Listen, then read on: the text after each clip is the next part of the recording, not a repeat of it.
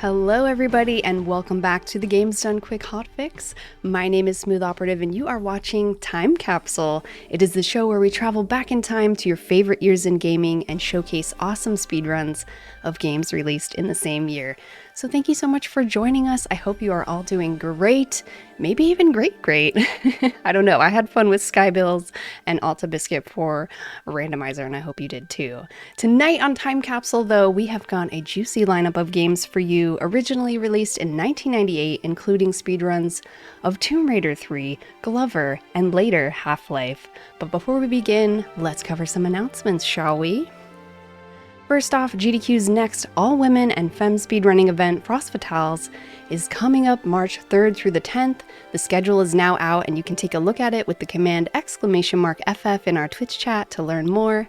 That being said, remote volunteer submissions are open from today, January 23rd through the 28th, so keep that in mind if you do want to help out our friendly Frame Fatales. And if you are new to Hotfix completely, a very warm welcome to you. After the week-long speedrun marathons end, we like to keep the after party going until the next mainline GDQ event right here on Hotfix. So if you had fun at AGDQ and you need your speedrunning fix on the regular, you've come to the right place, friends. For more information on Hotfix, head on over to gamesdonequick.com/hotfix to learn all about our shows and to check out the schedule for the week. All right, my friends. All of that being said, we are ready to jump into the jungle with Lady Lara Croft and our first runner tonight. Please welcome Nondescript Midnight. Hello. Hello. I am Nondescript Midnight, and it's a pleasure to be here. And I am joined today also by Timmy Toby. He's going to be my commentator. And yeah, we're going to speedrun this game. It's a fantastic game that is held together by chicken wire and duct tape. So, are we all ready? I'm ready. Thank you for being here, Middy. Timmy, you can give us the countdown. All right, 3, 2, 1. Good luck. Thank you. Good luck, have fun. So we're starting this game off with some backflip jumping. It's actually technically not too much faster to jump down slopes, but this specific slope, if you backflip down it, it gives us a good setup for the next section. Yeah, I think jungle is pretty much glitchless until the end. Yes, until the end, correct. Yeah. So upcoming is a little bit of a tricky jump. Let's see if I can... Nice. Hey, first try. And this is a flare cancel you're going to see here. I'll let Timmy explain those to you. Yeah, if you fall from a certain height, then Lara usually stumbles, and you can cancel it by throwing the flare away. And yeah, it saves 1 second or so. And the seconds add up as well. Yeah, Yeah, exactly. so every flare cancel saves about 1 to 2 seconds. Here I'm doing a corner bug. Yeah, I can also Basically, explain the corner bug if yeah, you want. go for it. Yeah, so for corner bugs, you essentially go into the corner, and what that does is the game doesn't know what to do, so it pops Lara on the top, essentially, of the corner. If you'd like to elaborate to me, you can. We're not doing anything specific right now. Well, I think you said everything that you have to stand at a specific spot, and then you can crouch into the corner, and the game thinks Lara's inside the block and tries to fix it by pushing her on the top. And we use this glitch a lot throughout the run, and we have a few variations like the flying corner bug or the swimming corner bug, rolling corner bug.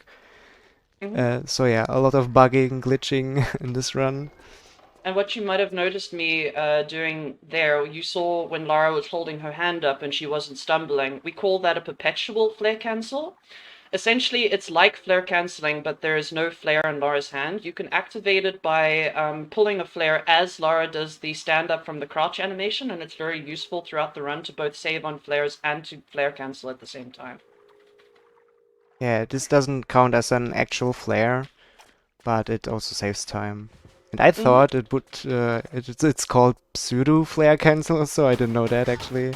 We call it PFC for short. I'm gonna save here because this shouldn't kill me, but it's best to be safe than sorry. Yeah, So yeah. if you do a specific set of movement there, you take little to no damage running through that specific section. We also want to kill all of the enemies in the specific area for a glitch that's coming up now, because flares are used in many, many ways throughout the run, and you're going to see one of them coming up a little bit later. Another corner bug there. Yeah, another Now, crouching corner bug. yeah, so now I'm going to try and do something here just because I think it would be fun. Timmy already knows what I'm going to try and do. Yeah. Let's see And if I can get it. yeah. If I don't get it, it's not the end. Oh, that's fine. Okay. That's Yeah, a you can pity. actually glitch up, or just pull the lever here. Top runners use Yeah. it, but it's pretty difficult and precise. It's a very technical skip. It's basically called trapdoor skip, and what it allows us to do. Oh, my oxygen is a bit low. We're gonna be fine. Everything's gonna be fine. Basically what it allows you to do is skip having to pull those levers to activate the trapdoor, but unfortunately we didn't get it. It would have been fun to showcase, but it is kind of technical. It's one of the more technical tricks in the run, so yeah. Now, MIDI, does it pop up again later down the line in the run, or this is kind of like a special case? This is a special case. So the actual glitch, while it's called trapdoor skip, is actually I don't know why my game lagged there. It's actually called a skyfish, which is a known glitch in the game, where if you swim into an embedded, just gonna save here, swim into an embedded, embed into a corner between the seam of a ledge while you're swimming, you can actually swim straight through and straight up that, and you can actually fly using that. So it's known as a technique, but it's only really utilized, I think, in this game. I don't think that there's any other utilization for a skyfish in the other games. It's unique to this one. Okay, right on. I know there's like one trick in, I want to say Tomb Raider 1, the first one, but I can't quite think of where it might be, so I'm going to take your word for it.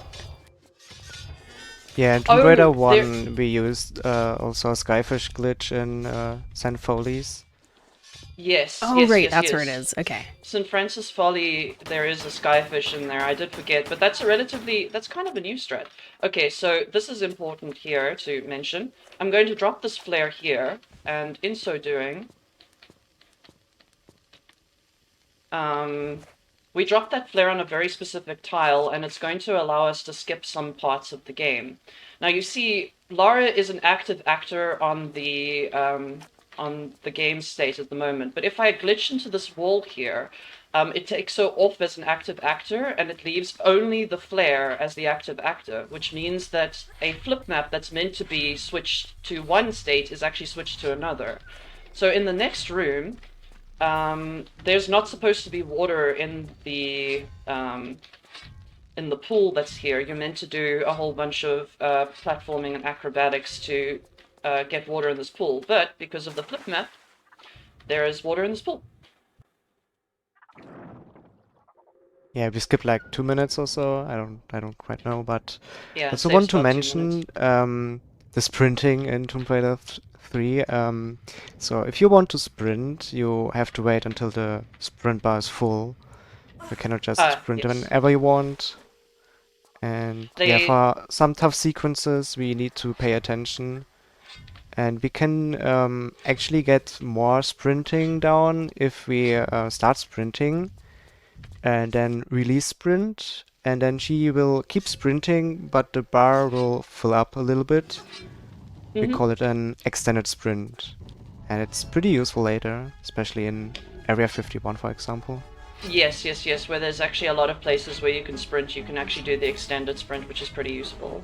Yeah. So here I'm going to go for a setup. This is another corner bug, but it's a pretty precise rolling corner bug that we actually need to accomplish. Oh, we didn't get it from the setup. It's fine. We'll figure it out. We use the setup because it's a pretty precise one, but that allows us to come up here. There's actually three states that, three triggers in this room that actually open the doors. Two of them are this lever, and one of them is pulling this block, which makes perfect sense if you think about it. But because we've sequence broke the game in a specific way, the boulders that are supposed to roll down don't roll down. Which is actually okay for us because we can sprint through this door over here because doors are just a suggestion in this game. Okay, and now we are going to fight two Shiva statues. And now Let's might be go. a good time to mention something very specific about the version that I'm using to run this game on. Now, if you've fought these Shivas in... okay, they are blocking me a lot. I don't want that behavior.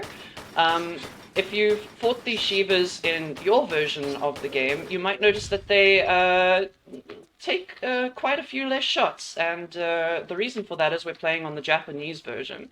The Japanese version of the game actually doubles the damage of all non-projectile weapons. So all of your hit scan weapons, like pistols, MP5, Desert Eagle, and all of that actually do double damage.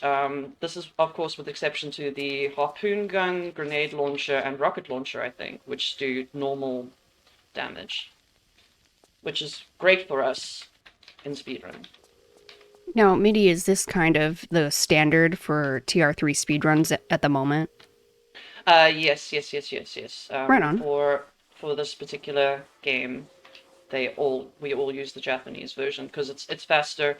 It also saves us having to get a few Desert Eagle pickups. In the past, we would have to get a lot of Desert Eagle pickups for a boss later. And we need a specific amount to kill that boss, and with this version of the game, it takes a lot fewer shots, so there's a lot less pickups that we have to actually pick up, so it's definitely the faster route. Right on. Thanks for clarifying. Mm-hmm. I think there are also Japanese versions of all of the classic games, and I think that they also have various damage upgrades, but because I think this was the only Tomb Raider 3 was the Japanese version. Tomb Raider 3 and The Lost Artifact were the two Japanese versions that were actually ported to PC. I don't think any of the others got ports to PC, and that's why they're actually slower, because the PlayStation versions have longer loading times and stuff, and we time this game in RTA.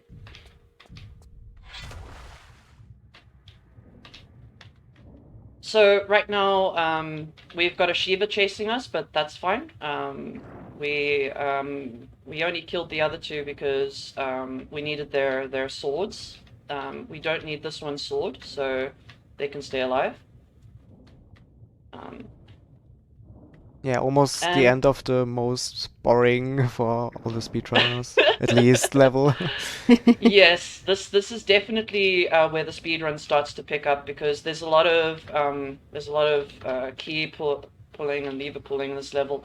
You'll also notice that I pulled a flare there while picking up an item. That is another way to glitch flares in this game. Essentially, that's a free flare, and I actually used one earlier to cancel a climb animation, and I'm going to use it here. This actually doesn't save that much time or any time, but it's a cool flourish. You gotta have little flourishes here and there, you know? Yeah, it's just a nice little showcase of a cool glitch that I think is really, really cool. Alright, What, now you if you jumped played into this... water? What did you do? Yeah, I Why? jumped into the water. This is a death sentence, right? There's no way I'm gonna be able to get out of here. So yeah, if you've played this game casually before, you will know that jumping into the water here, you end up at the end with a waterfall, and there's like no way to save it. Like you just get eaten alive by piranhas and die. But you can just do this, and you're up here now. So isn't that great? This is one of my favorite glitches, actually. It's Yeah, like you thought I was dead, but that's called a swim corner bug. It's another variation of the corner bug, but basically we're using the current to put us into the corner, and that allows us to pop up. Um, just to explain a little bit more about why corner bugs in this game work, and stuff like that. There's no true out of bounds in this game. We do have something called the void. Okay, I'm just going to do this just to be safe. Um, there is something called the void in this game, but the void is not a technical out of bounds. So when the game tries to always put you back into the how to phrase it, tries to put you back into a legal place for you to be. So that's why we are able to pop up, because the game doesn't know what to do if we're in a wall, so it just puts us on top of everything, essentially. I don't think we use the void in this particular run, but Tomb Raider 2, it has that one. some applications. Yeah, that one's another story. And I do want to mention too the pickups in this, or I guess it's not really a pickup, but the little diamonds where you usually would be saving in like the PlayStation version, they just give you health in TR3, correct? That is absolutely correct. They function as a small Okay. med pack, essentially. So And that's nice. what's great about them is at points in the run you might end up, like, for example, in this level, actually, if we get poisoned by the snakes, there's actually a nifty health crystal um, just a bit ways away, and that means that even if we get poisoned, we are guaranteed a crystal that will heal us and get rid of the poison. So that's actually another pretty useful application Oh, yeah. of the crystals. Why am I doing? I don't need to pick these up. Okay. But yeah, I Anyway, think it's Just in only the case. PC version because on PS, PlayStation, you can pick them up, but they function as a save you can do. save. Yeah, Yeah. that's correct. It's only the PC version, and I think this is it. Tomb Raider 3 has a lot of unique traits. One of them is, I think it's the only PC version with save crystals. Oh, by the way, this guy's called Tony. Hardest boss in the run, absolutely, without a doubt. Hey, Tony. How you doing? Yeah, very, very hard boss.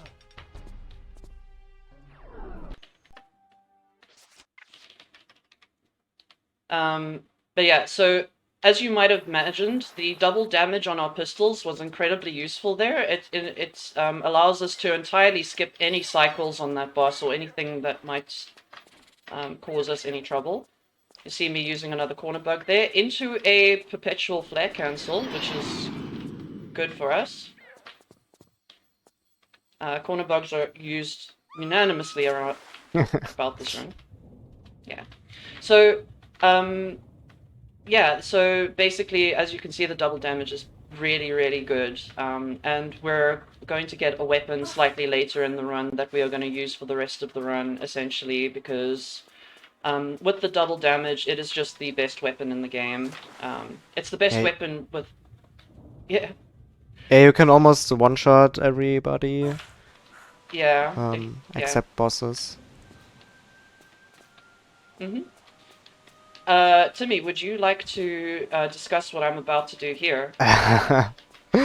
Yeah, This is one of the the more infamous glitches. I don't know why I'm saving at this part, and I need to be saving a little yeah, later. it's called the Quap. And yeah, a Quap happens when Lara lands on the floor when she's rising doing a jump. And there are actually multiple ways how we can achieve that. For example, jumping at a stair or at a low ceiling, like now. And yeah, the game doesn't acknowledge that you have landed during the rise and keeps trying to get her to land. And yeah, as a result, you get a funny animation. But yeah, but we used something similar, but not quite the same. We used a quap hold. So basically, Lara stores the quap as long as you're moving forwards. And we can trigger this animation by jumping from a tilted tile. And yeah, at the end of a quap, if you hold action, you can pop up, or just hit the wall and she will also pop up. Exactly. And I'm about to do something here which I actually failed, which is fantastic. Basically, you're meant to end this level with a quad bike, but we didn't need the quad bike. You can just grab onto the edge there with a specific jump. Easy. Easy. And now, the gimmick of this level is, as in most Tomb Raiders, there is a section where you get captured and you need to find your guns. This is the longest section where that happens in the entire classic series, and one of the ways they compensated for that was making these prisoners that you might have seen there. That one specifically is aptly named Boris by a few people. Oh my And gosh. and these prisoners actually punch enemies for us because Lara can't punch enemies in this game. She can only shoot them. So they act as a way of Lara being able to deal with the military police officers, essentially. Not much to say here for a little bit. Just going to be running through here. Oh, I suppose... Oh, yeah. I could But explain yeah. what we have to do in the next section or room.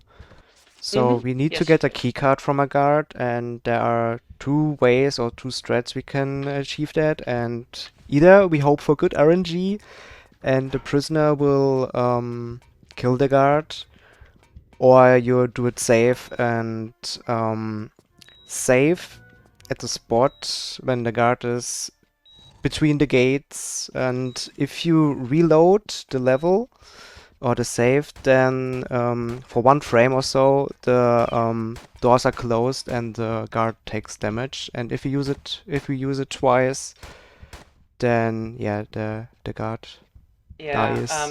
the Now game we might cannot crash really here do if it the... because the guard is being distracted by the prisoner. Yeah, And hang on. Hey, Yeah, so I can't show the save load strat, but we need to get the prisoner to... There we go. All right, that's fine. We got to see... This is why we call him Boris, because he loves to punch people instead of letting us do our safe strat. what a meanie. What a meanie, indeed. And also, he won't... Very rarely will he just punch and kill the guard. He will take his sweet time and also do a little dance. Very... He's a man of class. He likes a good flourish before his final blow. Some standards. Exactly. You can't just destroy an enemy. You have to look good while doing it. Okay. So here is going to be a very interesting section of the game. I'm probably going to concentrate quite a bit because this can go very, very wrong. But we're going to go for something called Zombie Lara, and to me, if you could explain Zombie Lara. yeah, if you die mid-air and get a health crystal, then the game thinks you're dead, but in fact, if you land, you have health and you're not actually dead. And in this state, we cannot save or reload, so if something happens, it's really bad. So let's hope you get everything. Yeah. But yeah, we can skip Okay. a section there. So you have to push something, and then the fan will... No, the gates will open, so we can move around the fan. But yeah, Yeah, Nice. we exactly. just jump through it. And that is actually one example of where we used the void in this game. I actually didn't genuinely think there were any examples, but that's essentially the void where Lara disappeared. I'll just pick She up always a comes back, though. You know her. employee of the month right there.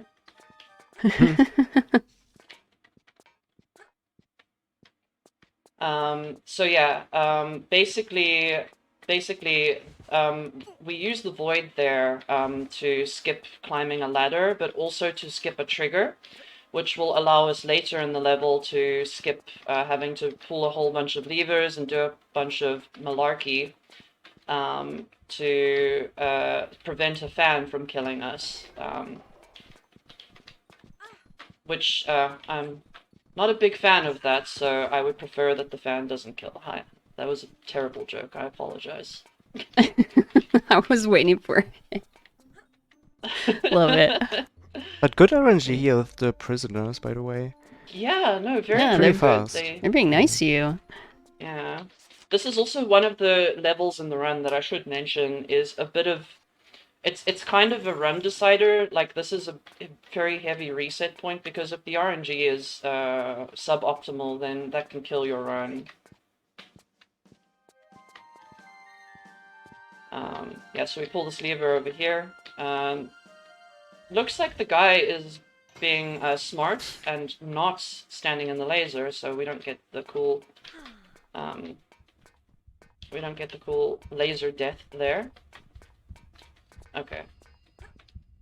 Alright, so I'm going to be careful here. I'm normally not careful here. So we're going to do something called a fake grab here, where we tap off a ledge and then grab, and that pushes Lara forward, and that allows us to land on that slope while taking some damage. And this is the fan I was talking about earlier as well. This fan is usually on. Well, it's on, but there's no current, essentially, and that allows us to just swim by without having to close it. And there's a bit of a reprieve here, we're just swimming.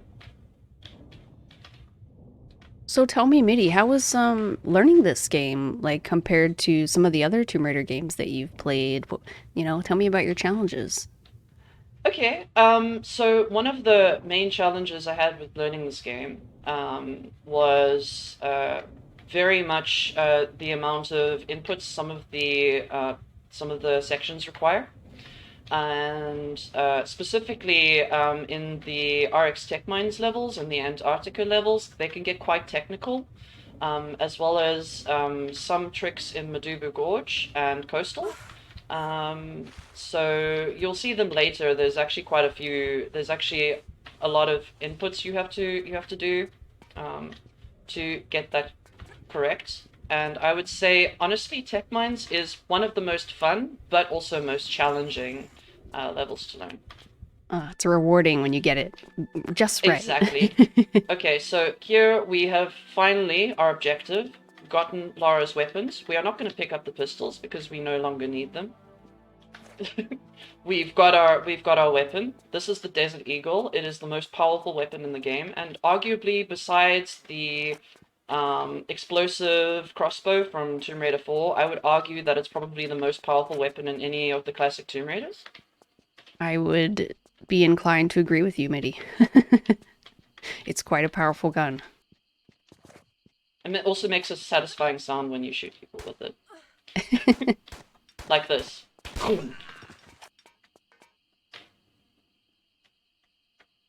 Alright. Very satisfying. Very, very, very good. And now we're just going to finish this level. I did an interesting corner bug earlier there. I don't know if you saw, but I actually had to walk a step forward in order for it to trigger correctly. Didn't get my extended sprint. Didn't get my extended sprint again. That's fine. And we're going to hitch a ride out of here, correct? Yeah, exactly. Exactly. Straight into the fabled Area 51. Which is fantastic. I mean, the security is just phenomenal in Area 51. Like, whew, yeah, it was really, really, really hard getting here. I hitched a ride in a van. Got all the way there. Even had a drink on the way, you know. Oh yeah, they got a full bar in the cab there. Exactly, exactly. There is a glitch coming up. There is a sequence of glitches that it might be helpful for if Timmy could explain them. I don't know. How familiar are you with the glitchless glitch, Timmy? The GG, you mean? The GG? Yeah, I could explain or try to explain it. So if you jump towards a scene where two tiles meet, you get a weird animation. I think it's like falling or standing at the same time. And if you press roll during this animation, Lara gets a small forwards momentum boost. And this is actually enough to get Lara into this void. And as you know, if you're in the void, the game tries to correct it by pushing her up. Mm-hmm. And yeah, we combine this with a flicker. And the flicker is your flicker around the wall, throughout the wall, and You'll yeah, we definitely see it can, later. yeah, just a bit early to explain now because, yeah, Yeah. not really You'll And there see right the now. flicker in its full glory later on for sure. yeah. I just maybe I was a bit preemptive on that. I Yeah, forgot that I still had to do this section. As you can see, another good. Oh, that's not good. We're okay. We're okay. Um, maybe a bit preemptive there. I was just very excited to get to it because it's one of my favorite sequences in the game. I'm gonna save here, but yeah, just so it's a softlock short speed doesn't flicker. get us. We get a much longer flicker later. Yes, that'll be a good example of a flicker. And we did not get softlocked. That's exciting. Yay! That military police officer with the baton has a chance to stop you from crawling forward, and if you get prevented from crawling forward, it's actually a soft lock. Okay, so here's the sequence I was talking about. So we're going to set this up here, and I'm actually going to pop a save because I can mess this up. So here's the GG, and this is the flicker. We're going to get a specific angle on this flicker, drop down, get another flicker, and then roll up the moment that door opens, which gets us all the way to the top, skipping basically the entire level. Usually the objective is to launch the rocket, and the rocket moves everything aside, and then you can then you can climb all the way to the top, but we just skipped all of that because walls are a suggestion in this game. Nicely done on that one, Midi. That's not an easy trick. Oh, thank you so much. Yeah, I'm pretty happy with that. And coming up next, we're going to have, as we explained earlier, another quap hold. This one is slightly longer, so you'll get to see what Lara looks like during the quap state. And the reason we call it quap, some people, more newer runners especially, won't know why we call it a quap because it's a very old reference to a very, very old game that was quite popular back in the day. Yeah, some of you who watched AGDQ will remember that we had kind of quap on the break screen. I believe it was developed by Bennett Foddy, but that is what Midi's referring to here when she mentions quap.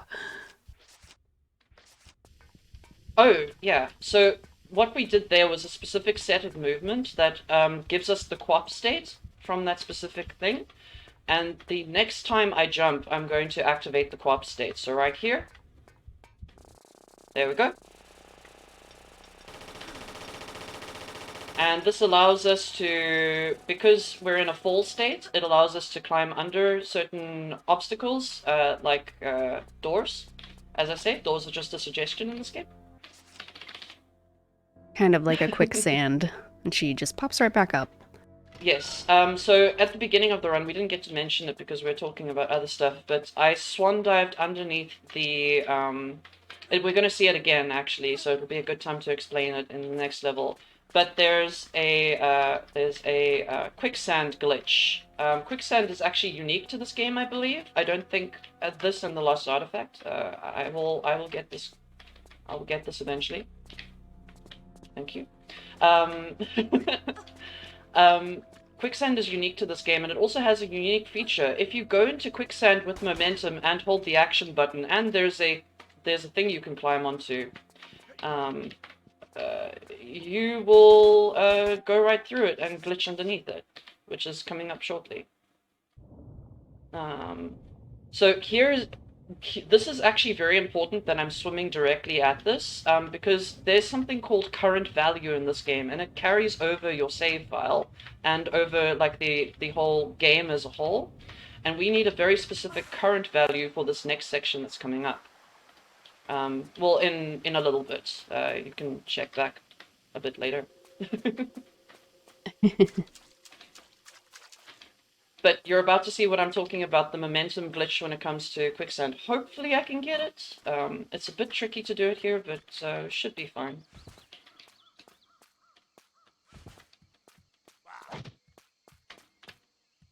Oh, I didn't get it. It's fine. We can do it with a sprint, or we can do it with a running jump. So I'm going to run here, hold grab, and now I'm up here. Wow, that's a cool one. Yeah, that's my Yeah, personal it's favorite glitch. Oh wow, yeah, nice. especially if you get it with the sprinting, it's just chef's kiss, just absolutely fantastic. Would Did help if somebody I say was. chef?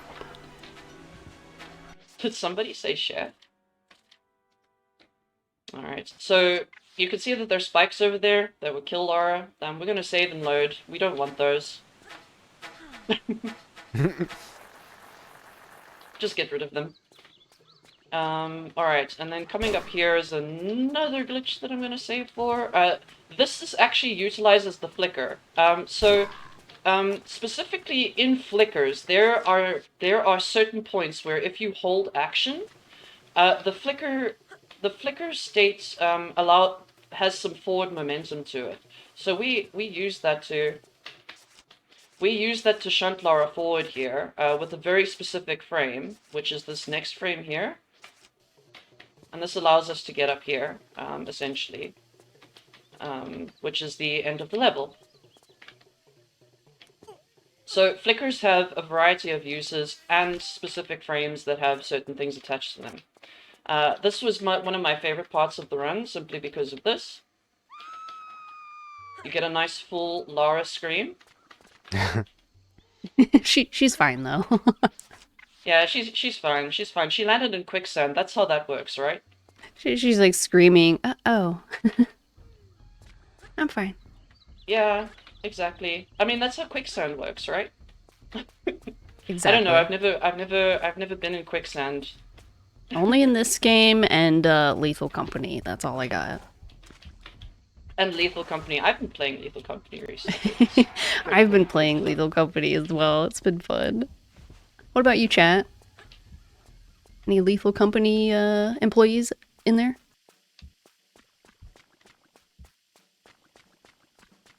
So coming up here is going to be, I think, our first example of a flying corner bug, if I'm not mistaken. Um, same basic principle. Specific angle on a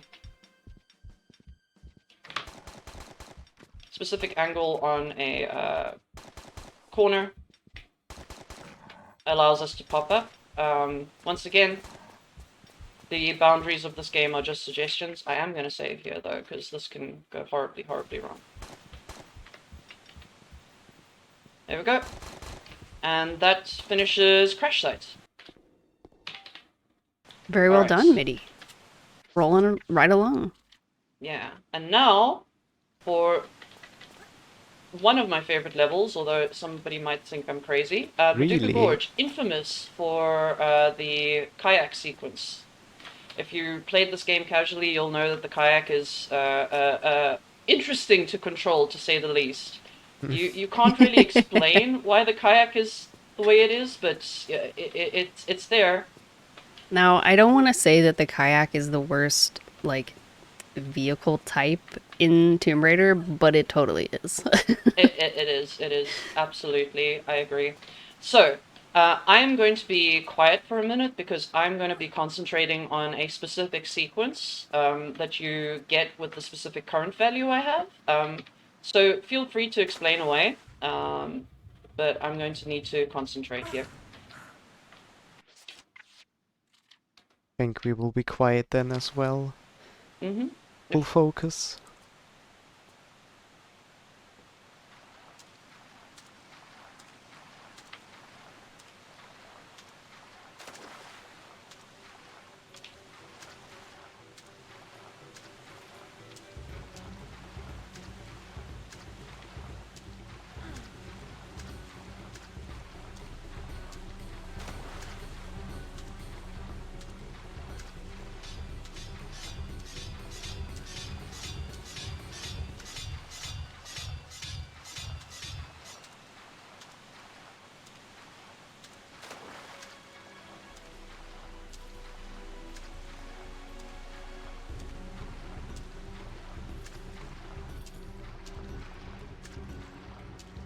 And that's the kayak sequence. You can only Hey, do that with a very perfect. specific. Oh my Yeah, gosh.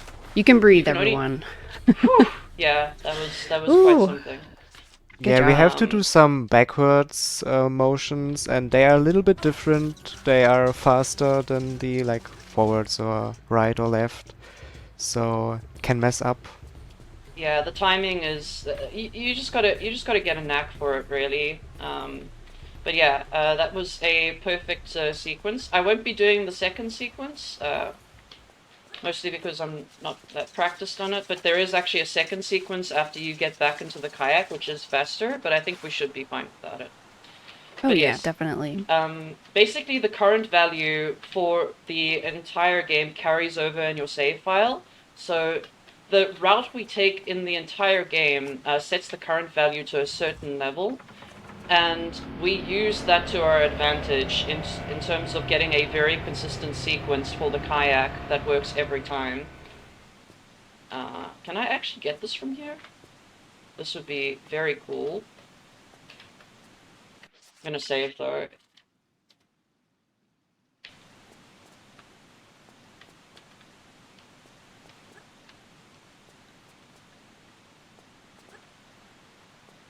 I died All so many right. times here. Bad Yeah, memories. that's that it looks easier than it is. That specific sequence there. Oh, so Timmy, by the way, I learned the thing that you were talking to me about getting into the kayak. You just hold Hmm. action and forward. You don't swim up. That's Yeah, what I I was tried doing to wrong. swim into this, yeah, wall and press action, Yeah. and it usually So yeah, works. that kayak sequence also, while she's getting into the boat, it also pushes us forward. That's why it's also faster, is because we're not, even when we're supposed to be static, we're moving, which is fantastic for speedruns.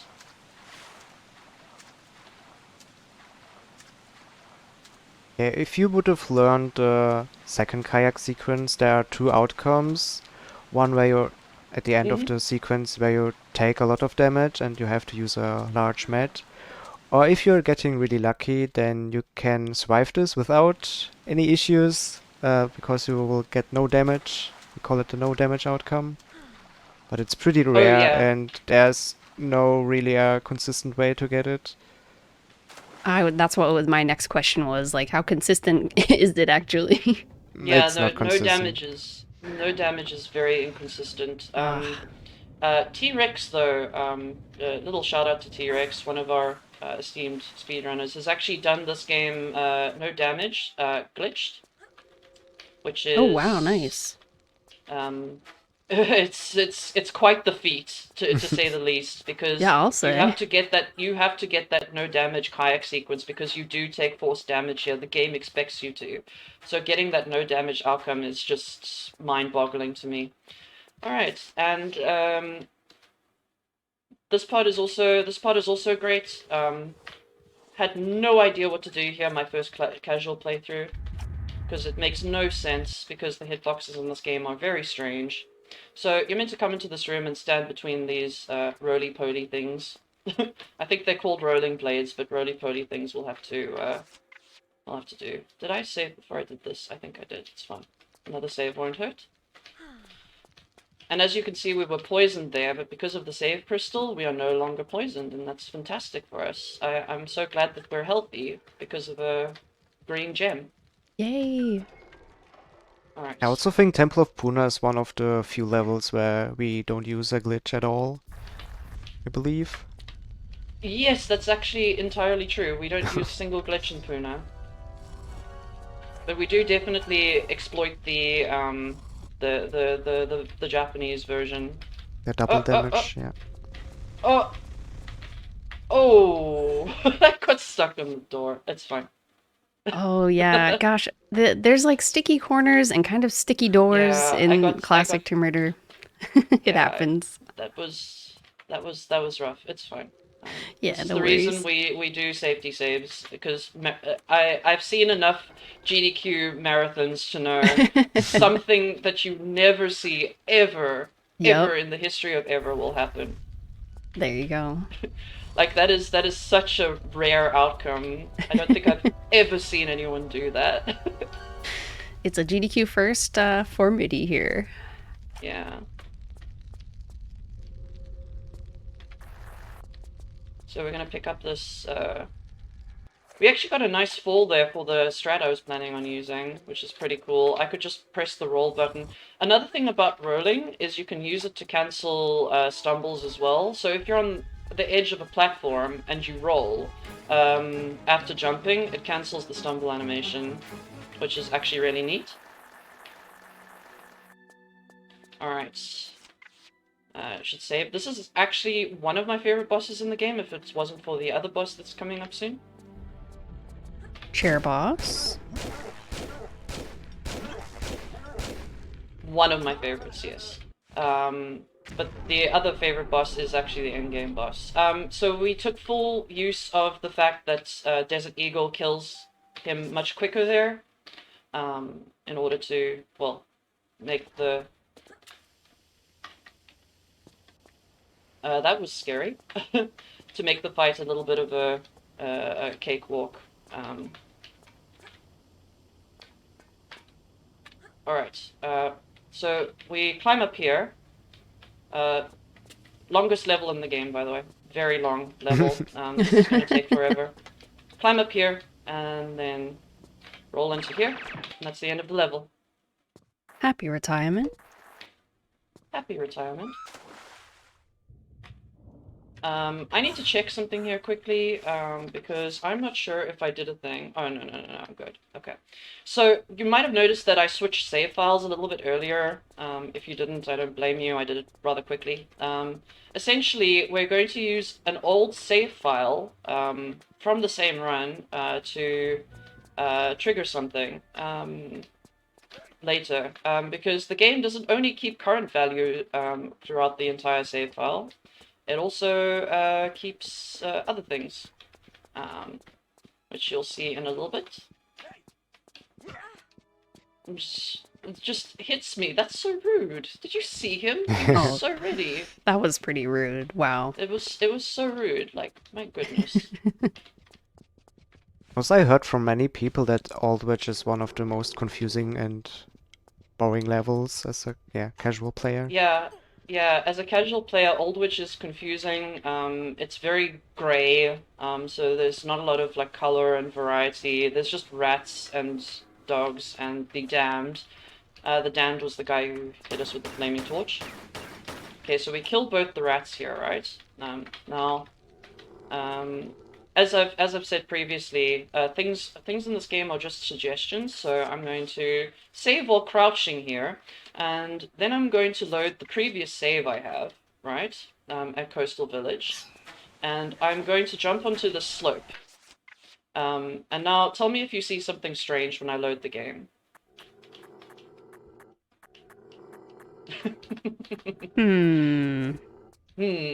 Yes, so essentially, the sliding animation is carried throughout save files. So if you are holding specific keys, in this case, walk and forward, it'll actually carry over the sliding animation as if it was in the other save file, and we can use that to completely skip the most of Aldwych, because most of Aldwych revolves around picking up that, getting that to open, and then a bunch of other stuff. I It know looks it's like a bit skateboarding. It's really yeah, fun. it's a bit simple, but I really love that glitch a lot. It's fun. Exactly. Now, I missed a small medipack earlier, so we're actually going to pick up one here, which is fantastic. Just a safety medipack, you know, just to make sure things are, just make sure that Laura's healthy. You got to make sure that she gets her vitamins and stuff, you know. Yes, of course. Tomb raiding is pretty hard business, and I always turn the wrong way here. Oh my goodness. This is my most hated level Oh, while it's speedrunning. I had so it's many certainly issues with the it's UPV. it's certainly a level. It's a level of all time. Now, Midi, we did have a question come in from chat. How many hours would you say you have spent working on this run? Like, when did you begin working on TR3 in the first place? So it depends on what you define as start, because started speedrunning. I learned this run a couple of years ago, but only ran it twice and then moved on to something else because I was a bit burnt out on Tomb Raider. That's So, fair. in terms of hours spent on the game as a whole, I would probably put my time at around 400, 500 hours. So, fair bit. Oh yeah. Um, but most of that was spent doing No Loads, No Mental Secrets, which is a community challenge that you can totally learn know more about. And then spending it on the actual run, I would say about 400-ish of those hours. So the No Loads, No Mental Secrets was challenging, but not exactly long to do. I would say that's about the the time that I spent in this run. Right on. Thanks. So I want to mention that if you swim into this ceiling, Yes. that Lara will actually get air. Yeah, if you swim into the ceiling here, you can hear her gasp for breath, and she actually gets air. It's very amusing. The devs didn't quite program the water levels correctly, so this is a very interesting place to park that. But sure, this is certainly unique. Um, yeah, but yeah. The chat has begun calling the med packs MIDI packs, and I just want to say I love it. I absolutely love it. Let's go MIDI packs. I love that. That's A large fantastic. MIDI pack and a small MIDI pack. A large MIDI pack and a small MIDI pack, full with all your essential vitamins and minerals.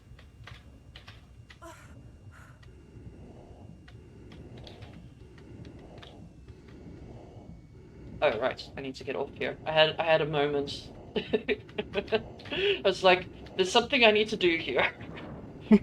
All right, so we're going to activate a glitch here, and it's not going to be obvious at first what the glitch does. If I can get onto the.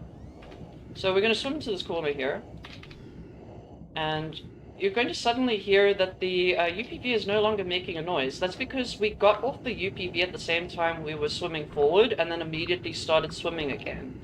You'll also notice that my oxygen isn't going down. Now, this glitch has a cool application of we don't need oxygen for this next part, even though we can get oxygen freely, so that's not a problem. But what this does allow us to do is something quite unique, quite interesting. Let me see if you can figure out what that is to chat and everyone. Okay, we're watching closely. Notice anything unusual? We might not be in the water anymore, which is great for us because we can just fly to the end of the level. Yeah, not even fantastic. doors and walls are an imagination. It's the gravitation as well. It's gravity as well. Yeah. Yeah, All right, I'm gonna save gravity. here. This is actually one of my least favorite bosses in the game. Mostly because if you do that, then you have to reload. Remind me again, this boss is Sophia? This is Sophia Lee. She's Sophia, okay. she's actually pretty cool, casually, because it's like a platforming puzzle boss, but in speedruns, she does that, which is just terrible. She's pretty unpredictable. If you are fast enough, you can pretty consistently get up here and get her to push you into this thing, because we're basically going to use her ability to push us into the to push us up here so that we can beat her to the top. Because this is a puzzle boss, and basically the only end state for this fight, because she's technically immortal, is to kill this electricity box, which is meant to kill her over here on this grid. But it doesn't matter where she is, she will die, essentially. It took me way too long to figure that out in the casual playthrough. Yeah. Alright, be warned, the sound is about to get loud for a second. Alright, there we go. So, this save that I have made here is going to be extremely important later, so if somebody could remind me to change my save slot, that would be greatly appreciated. Yeah.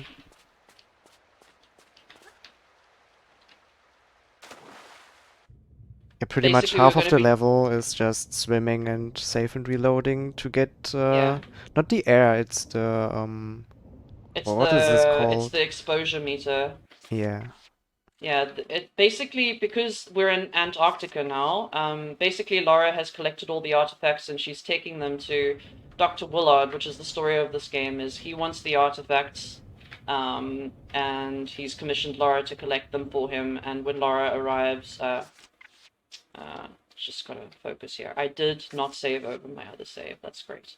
Um, when she arrives, she noticed something's a little bit amok, and something's a little sus about him. Um, so she's going to eventually decide to put an end to his machinations, as it were. Um, the light blue meter you see there is our exposure meter. These are Arctic waters, and thence you are actually freezing while you're in them. Unfortunately, the game devs, while very good at carrying over certain information, completely forgot about carrying over the exposure meter. So that's quite something. And just a simple flicker here to get up here. And this is a unique trick that I hope I get first try here.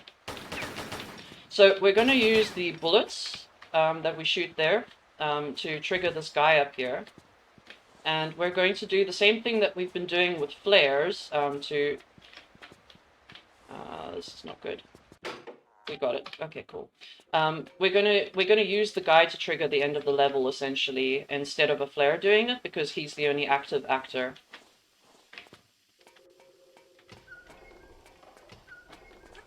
We're also going to use a flare here to... So basically, you've got to run around this thing and figure out that there's a maze component to it, and it would help if I got the point of that.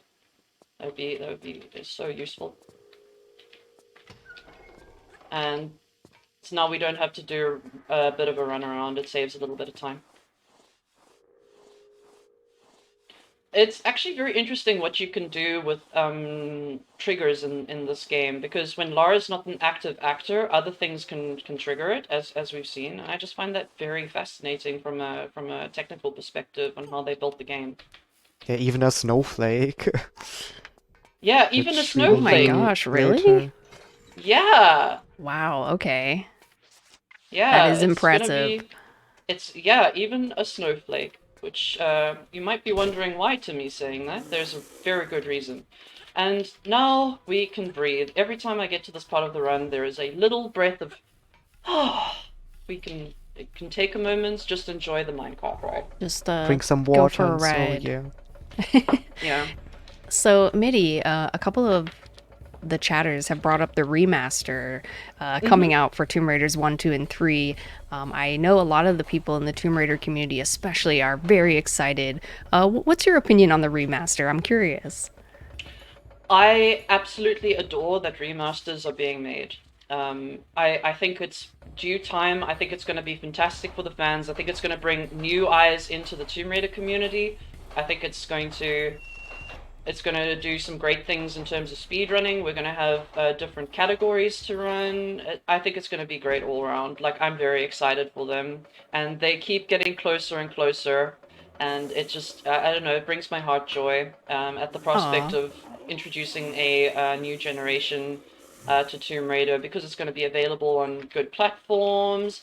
It's going to be optimized so people don't have to struggle to get these games to work. I'm Yes. very excited for them. Absolutely. And the devs have added a lot of really cool things too that weren't previously seen in the classic Tomb Raiders, such as like achievements and stuff. So I'm pretty Mhm. excited about that as well. Yeah, no, I'm very, very keen on it. So we're gonna do a little finagling here. So usually you would have to do a whole bunch of shimmying here. We're going to cut down the amount of shimmying we have to do by a substantial margin by doing a very specific set of inputs there. You also might notice that I did it to set up the QOP in Area 51, but I also did it there. there's something called inventory buffering. If I'm going into the inventory, essentially what I'm doing is I'm advancing the game 2 frames forward, which allows me to... Oh, I got poisoned. That's not great. It's fine. Which allows me to get a very specific lineup for the tricks that I want to do, and it's something you also probably saw me doing during the flicker. And basically, we're just advancing the game 2 frames so that we get the good outcomes, essentially. Also, do we have slow poisoning here? I think we do. Yes, we do. Something people might not be aware of is this game actually has fast and slow poisoning.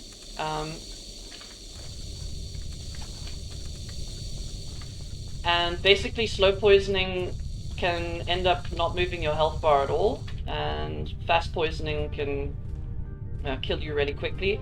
And I think there's more than 2 states, and Really? nobody knows why these states are actually in the game. They definitely weren't that intended. Like there aren't specific enemies that do more poison or less poison. It's just sometimes randomly you get a different outcome. So for example here, I actually don't need to heal, even though I normally would, because as you can see, the poison is doing nothing. It's just flashing my health bar. Which is always something to look out for. If you're new to speedrunning Tomb Raider, you should always, well, if you're new to the game, I suppose, it's always good to check what kind of poisoning you have before you advance. We're going to be doing another GG into a flicker here, which is very exciting. I love this part. GG into flicker is very, very useful, and we're going to be using the flicker here to advance to this passageway we see ahead. So in a moment, after she's turned enough, she's going to start doing that, and we're just going to move across here. And as you can see, this is why we call it the flicker. Work, work, work. Wonderful. Yeah, you have to press roll to get this forwards boost in the flicker. Yes.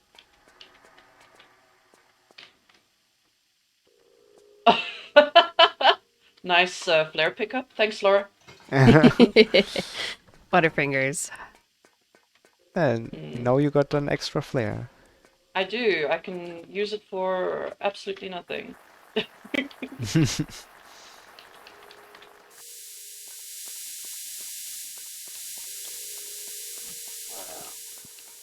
I mean, I have to light a flare here anyway, so I can see what I'm doing. So as you'll notice, this is the part of the game where there's sort of like a horror aspect to it, where like there's these mutants running around from Willard's experiments that he's been doing using the infada, well, the crystals, all of the artifacts we've collected, the stones. And he's basically trying to advance, very similar to the first game, trying to push the levels of humanity to a new age, so to speak. And yeah. His methods are questionable, but you know. Yeah. You know, he's got his heart in the right place, and you know, of course, you know. Okay. And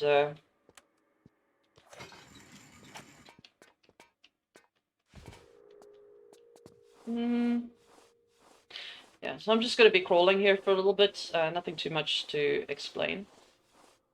All right, Midi, then let me ask you this. What's your favorite outfit in this game? Honestly, this one, the Antarctica outfit. Okay, let's go. I have a astute love for the Antarctica look. Very cute, very orange. Yeah. I think it's the orange and then the urban camo that's white that just like, I don't know, it's just like tingles my artistic senses in my brain. Yes, for those of you who didn't know, Nondescript Midnight is quite an artist, very talented. I'm just gonna do the safety strut here. But yeah, thank you. I appreciate that. Of course, yeah.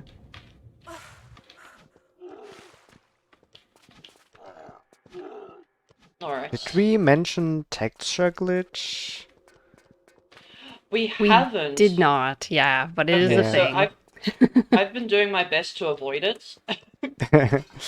So yeah, Because it can. basically, if you finish a level and there's a cutscene, if you skip it really fast, you might get a texture glitch. So all the texture, even Lara's outfit, it's getting glitched, and it's Yes, really yeah. annoying. You can only get rid of it by save and reloading, or just close the game. Yep. And the texture glitches are entirely unique, so you will never see a similar texture glitch more often than not. It's really like a wild thing to behold, so I'm hoping we don't have to go through it, but if we do, Yeah. well then, No, we you'll should be see. fine. We should be fine. Another flicker. Yeah, this is actually a good flicker. I rolling corner bugged into this one using a specific setup, which allows me to get up here, and it allows me to scale this area that would have been impossible to reach, which is pretty good for us. Now, if you have played this game casually, or if you've done this game no loads, no meds, or secrets, you're going to recognize a part of this game and go, oh no. It's one of the more infamous parts in this game, the RX Tech Mines swim. Essentially, it's a long swim through freezing water and very little room for error, even in a casual playthrough. However, luckily in the speedrun, we have access to health kits and the exposure meter glitch. So if you were angry at how difficult this swim was, I can help you. I can show you how to make it easier. All right, let's do it. First, Well, we crouch through all of this. Very difficult. Concentrating very hard holding the crouch button here. Sweat on my brow. Don't cut off the braid now. Alright.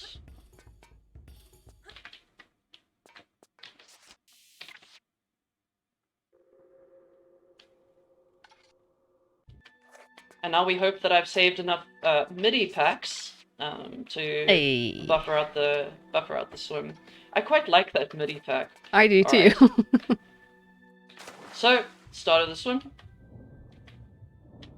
Usually you would have to go through a bunch of the tunnels and passageways here to survive this, but we're going to wait until my health is nice and low. I'm going to save, I'm going to load,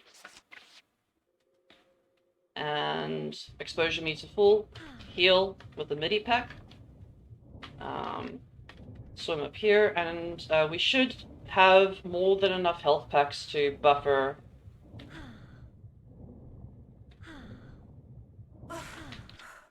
And yeah, we had way more than enough. I picked up some safety MIDI packs. Nice. Just in case. That was a lovely jump. Oh, we're coming up on one of my favorite glitches. It's very consistent. Works every time. Not at all frustrating. I think that there's a better way of doing this glitch that's more consistent, but oh my goodness, I don't know why. I don't think this will work. No.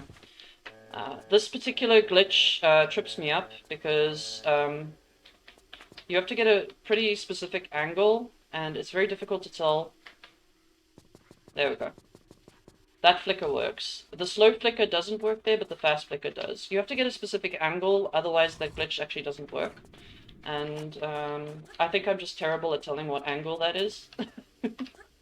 There's a lot of like tiny little adjustments for all these setups, so don't even feel Mm, bad about it. You're mm. fine. No. I'm good. I'm good. I'm good. I'm good. I'm just mentioning that it's one of my least favorite glitches in the run because you can be on PB pace and then all of a sudden, Mm-hmm. all of a sudden your worst nightmare occurs. All right. If you're interested as to how this puzzle works, it's order of food chain hierarchy. That's how you decide. Basically, that puzzle is the food chain hierarchy in the images depicted from highest to lowest. We are doing a specific jump there to jump through a corner, which skips a trigger. You might know that this level has a beam of light at the end of it, but you're going to see how we deal with that because we've trigger skipped it. Okay, not great. Also, you're not supposed to be able to make this jump, but with a specific setup, it's not that precise, but with a specific setup, you can just jump straight across. It's not even that precise. It's just very. It's just a little finicky, but usually it doesn't cause that much problems. Now we hope that we don't get pushed by the aliens here. Wonderful. They were behaved that time. They were well behaved. Sometimes they push you around. They can push you into the fire. Oh, it's just a whole thing. All right, now jump through the light beam and onto the final boss. This run has been going by so quickly.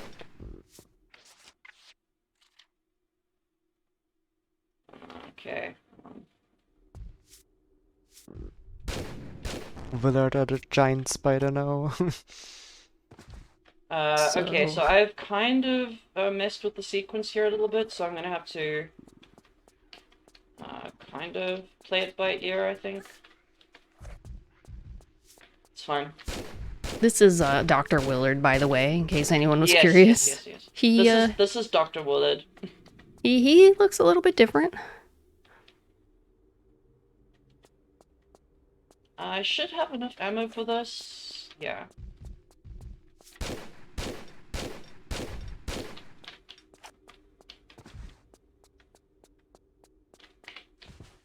Usually we can skip a cycle and have more than enough ammo, but I unfortunately pressed backwards instead of tapped backwards instead of walking backwards at the start, so we're kind of having to play it by ear.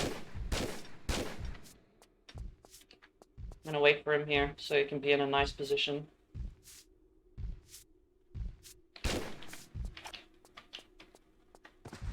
Perfect. Alright, so now we have collected all the artifacts that are powering our dear Dr. Willard. This is my favorite boss in the game, by the way, by a long shot. I think in all of Tomb Raider too. Oh wow, okay. It's definitely a cool one. Like when you get here, it's freaky, it's scary. Very cool. I do enjoy a bit of horror. So we're going to embed into this wall here, and we know that when we embed into walls, Lara is no longer an active actor on the scene. So what we're going to do now is we're going to load a save, the one that I saved from earlier in Antarctica. We're going to go to a specific tile, and we're going to hope that the snowflake plays nice with us. Because basically the snowflake is going to finish the level for us. That's so cool. And there we go. Time. GG. Gosh, that was an amazing run, Midi. Thank you so much for showing it off. I had a blast. I hope everyone watching had a blast. Do you have any shout outs, comments? Go for it. I would like to thank personally the shout out goes to the Tomb Runner Discord and all of our fantastic runners. If you want to get into this game, we're a lovely group of people. We'll be more than happy to have you. Shout outs to Timmy for joining me. Yeah, those are the only ones I can think of off the top of my head. Yeah. Right on. Well, I will say to you both, thank you so much for being here. I had a great time. And to those of you watching from the chat, if you did enjoy the run, make sure you follow our runner and our commentator, Nondescript Midnight and Timmy Toby. Before we break, a big thank you to all of our wonderful supporters, your subs, Prime Gaming subs, gift subs, and bits cheered here on the GDQ Twitch channel help support the Games Done Quick hotfix. So if you do enjoy watching GDQ speedruns daily, please consider subscribing to the channel. You can learn more about this show, Time Capsule, and all of our other hotfix shows at gamesdonequick.com/hotfix. And don't forget, friends, to join us for a celebration of Black speedrunning talent and Black joy next month, because Unapologetically Black and Fast will be live February 17th and 18th. You can use the command !UBAF in our Twitch chat for more information. Thank you again so much, Timmy Toby. You both were amazing. We'll be right back, everyone, with a speedrun of Glover for the Nintendo 64, so stay tuned.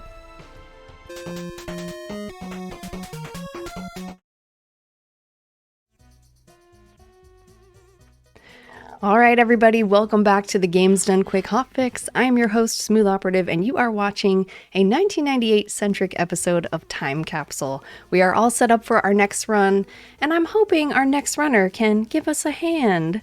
Here to speedrun the All Bosses category in Glover, please welcome Lola Way. Hello. Hello.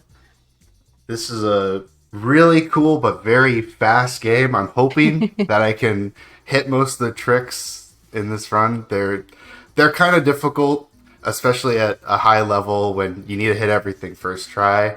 I will mention that normally when we do runs of this category, we do a trick at the start of the run that saves 13 seconds for the intro. It's able to skip it, but it has the downside of muting all of the game audio, and that's not really fun. So I'm gonna lose some time for you guys, so you guys can listen to the awesome music that Glover has. And yeah, I'm ready to start. Yes, well, thank you for being here, Lola Way. Go ahead and give us the countdown when you're ready.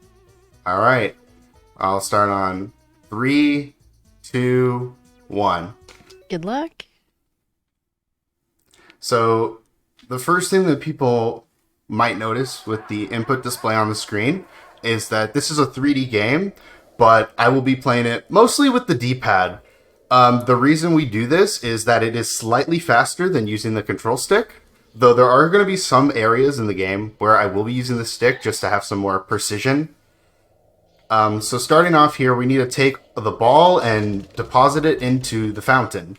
The point of the game is to get all 7 of the balls and return them so that we can resurrect the wizard, which I skipped half of the cutscene, so you didn't get to see that part of what happened to him. But the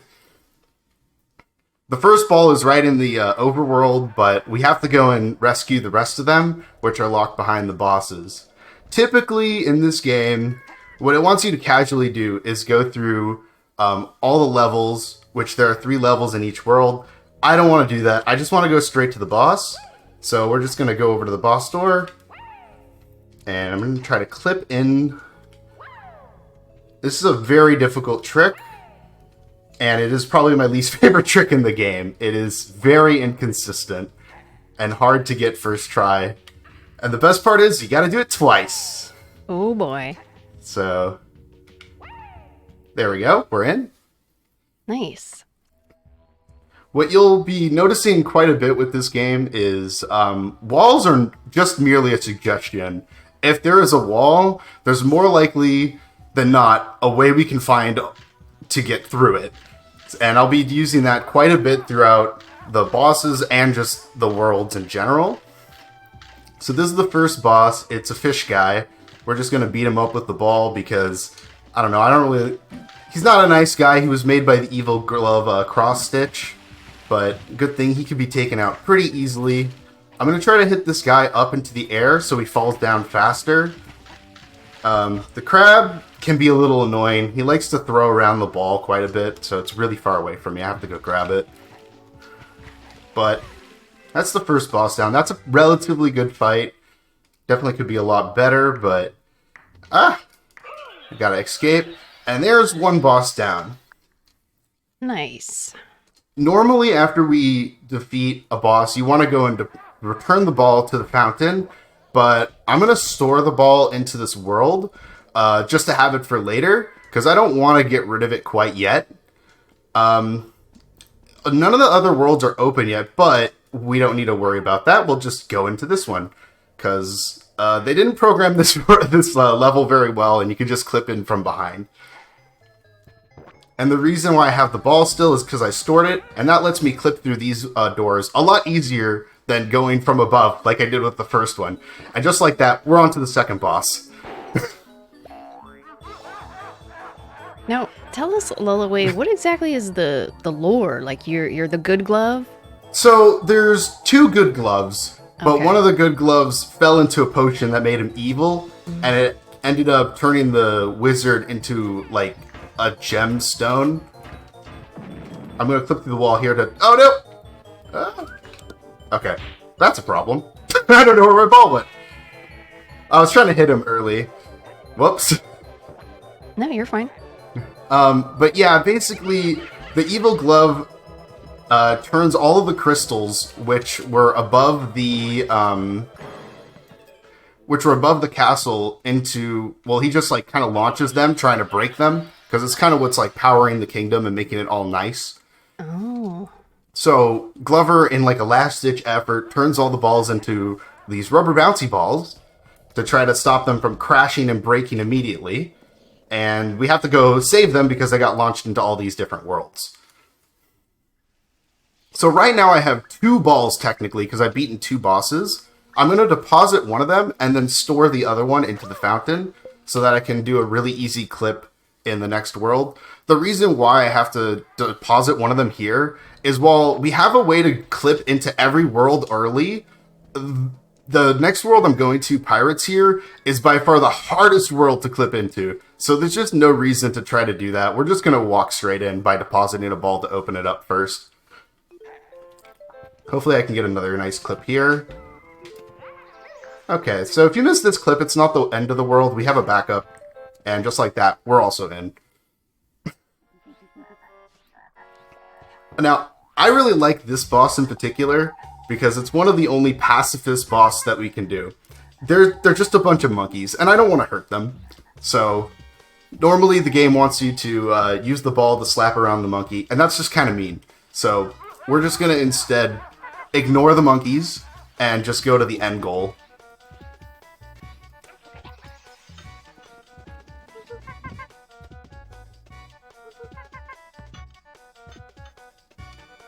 And just like that, we don't have to hurt any monkeys. The monkeys are fine, everybody. Yes. It's fine. No monkeys were harmed during this run. And just like that, we have done half the bosses in the game. Although from here on out, it's going to get a little more tricky because we've got another frame clip, which is the clip I did earlier to get into the first boss. I've got to do one of those, and then I've got a really important trick coming up after that, which is... it's very luck-based, to say the least. So Okay, as I said... I'm wishing you good luck. Yeah. It's the one thing that I always get the most scared of in runs, by far. So, I could have saved one of the balls to do an easier clip, but unfortunately for the next level we're going to, which is prehistoric, it also happens to be one of the hardest levels to clip into early.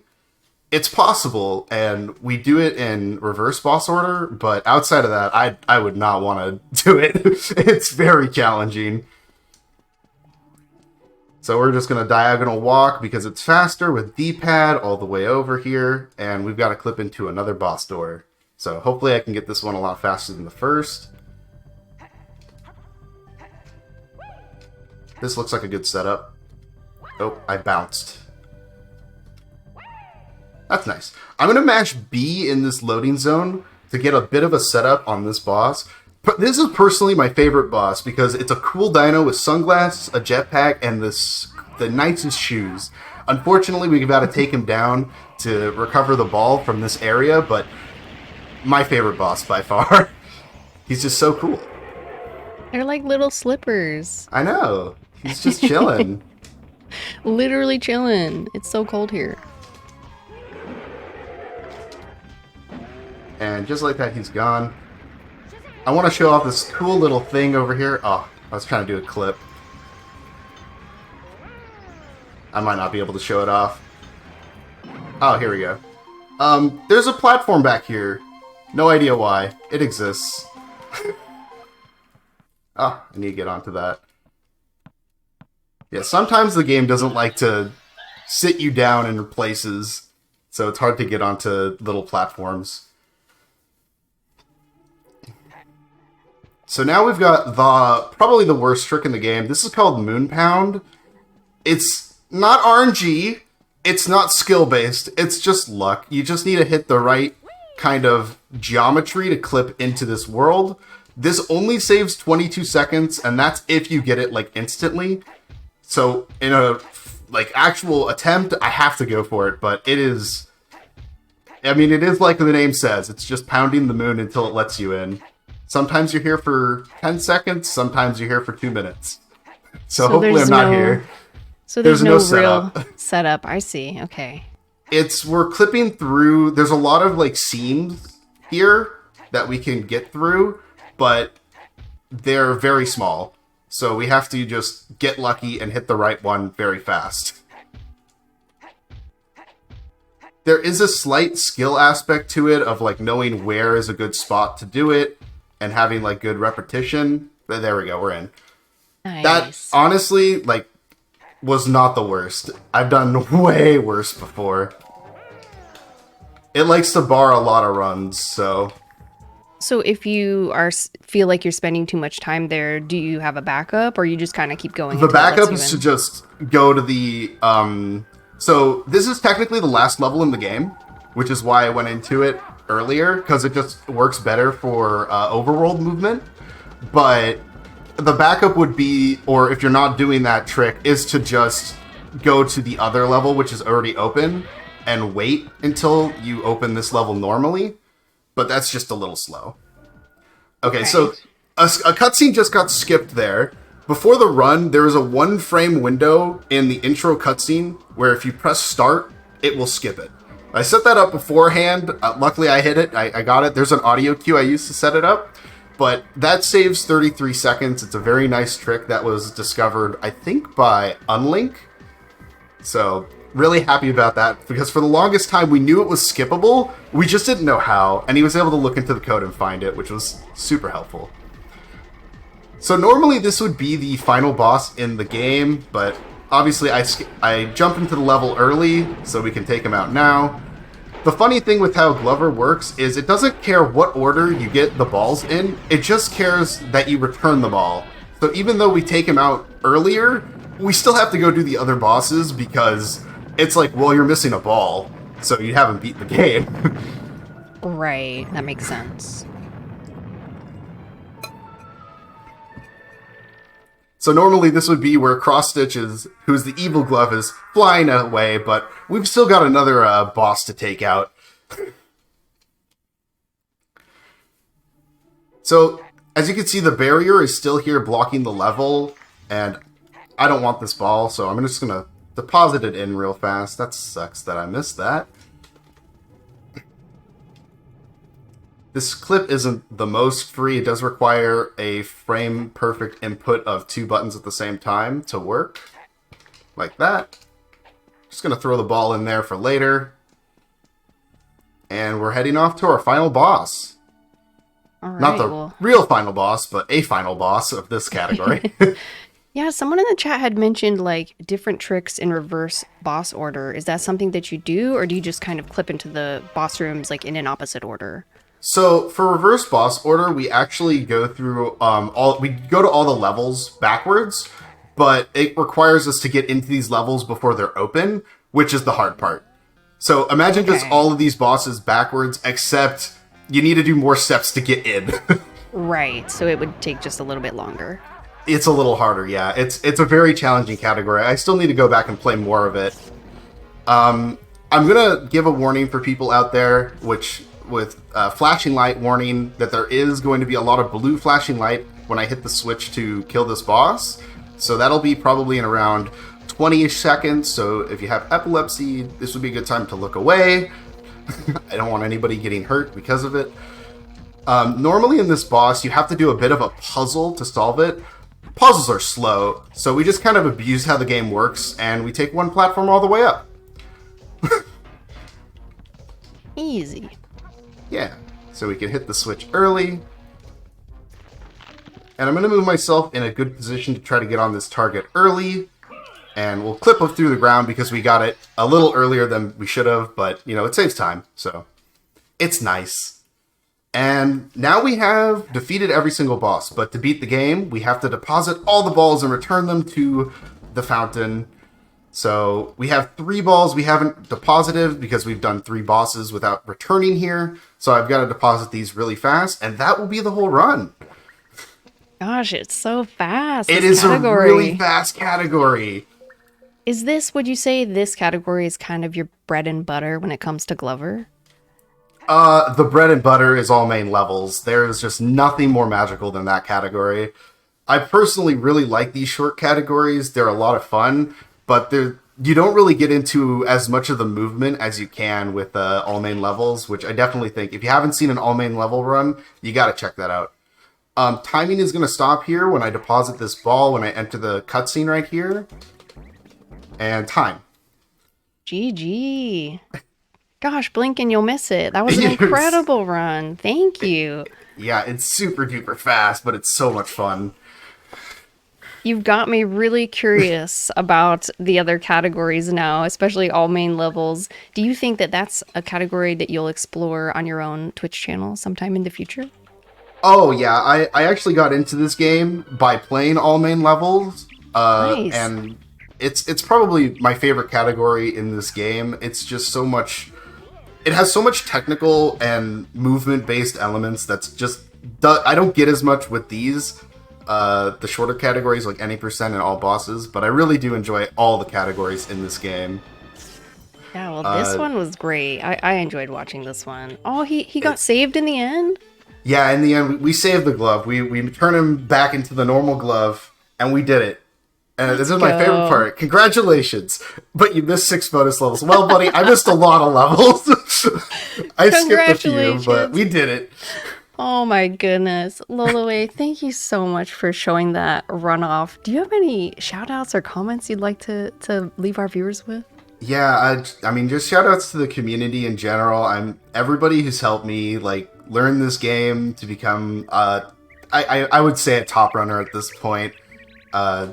Rye Guy, AC, Colin Bolts, all them super helpful, always been so supportive of me with all the Glover stuff. So I really appreciate all they've ever done for me when I joined the community. And I'm happy to give back now since I'm a better runner. I love new people coming in and being able to help them, so... Aw. I was going to ask, I didn't see a Discord on the speedrun.com page, but is there a Discord community? Yes, okay, there is a Discord community. It is alive. There's people in there. I'm usually in there. We have a cat posting section, so if you even just like to see cat pictures, come on in. You don't have to do anything Glover. You can just look at cat pictures. It's great. Okay, yeah. I'll have to get that link from you later then. Oh, wait. Maybe Richard has it, but... in any case, thank you, Lolaway. I want to say to everyone watching, if you did enjoy this run, make sure you follow our runner here. I will leave that in the chat. And yeah, if there's nothing else, Lola, I can take us away to the break.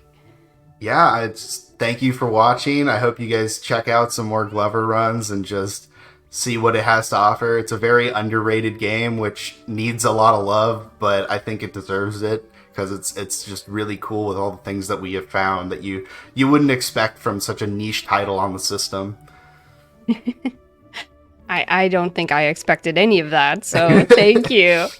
All right, friends. Well, if you are watching this on YouTube from the future, be sure to press the like button on the video, subscribe to the channel if you haven't already, and if you're interested in catching our shows live, you can always find us at twitch.tv/gamesdonequick.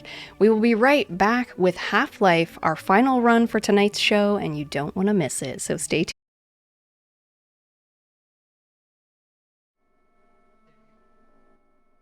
Okay, friends, welcome back to the Games Done Quick Hotfix. I'm your host, Smooth Operative, and you are watching Time Capsule. It is the final run of the night, so I won't delay us any further. Here to run Half-Life, please welcome Tankford. Hi, I'm Tankford, and joining me in the commentary booth is Imp01. Hey everybody. Welcome. And we'll be showcasing Half-Life. I'll just get right into it in 3, 2, 1, go. Best of luck. Alright, so yeah, this is Half-Life.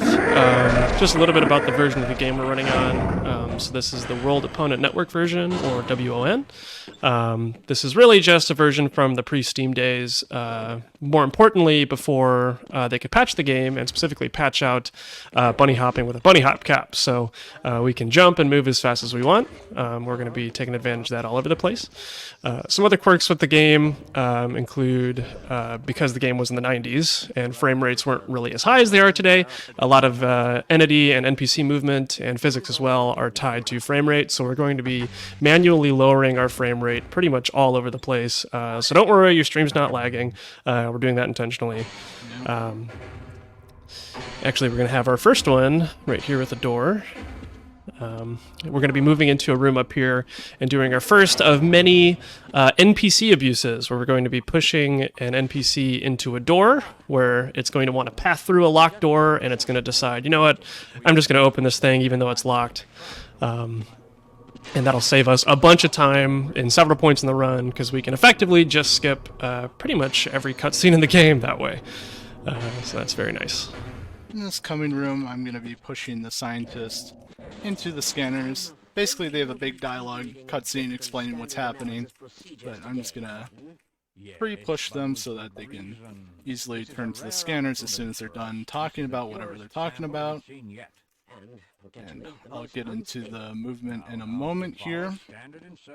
So the main movement is known as bunny hopping, and if you look at the bottom of the screen, you can see my speedometer. Generally, we get capped out at 320, but when I start moving my mouse, I'll start accelerating above that, and we'll be using that acceleration all over the place to gain a bunch of speed.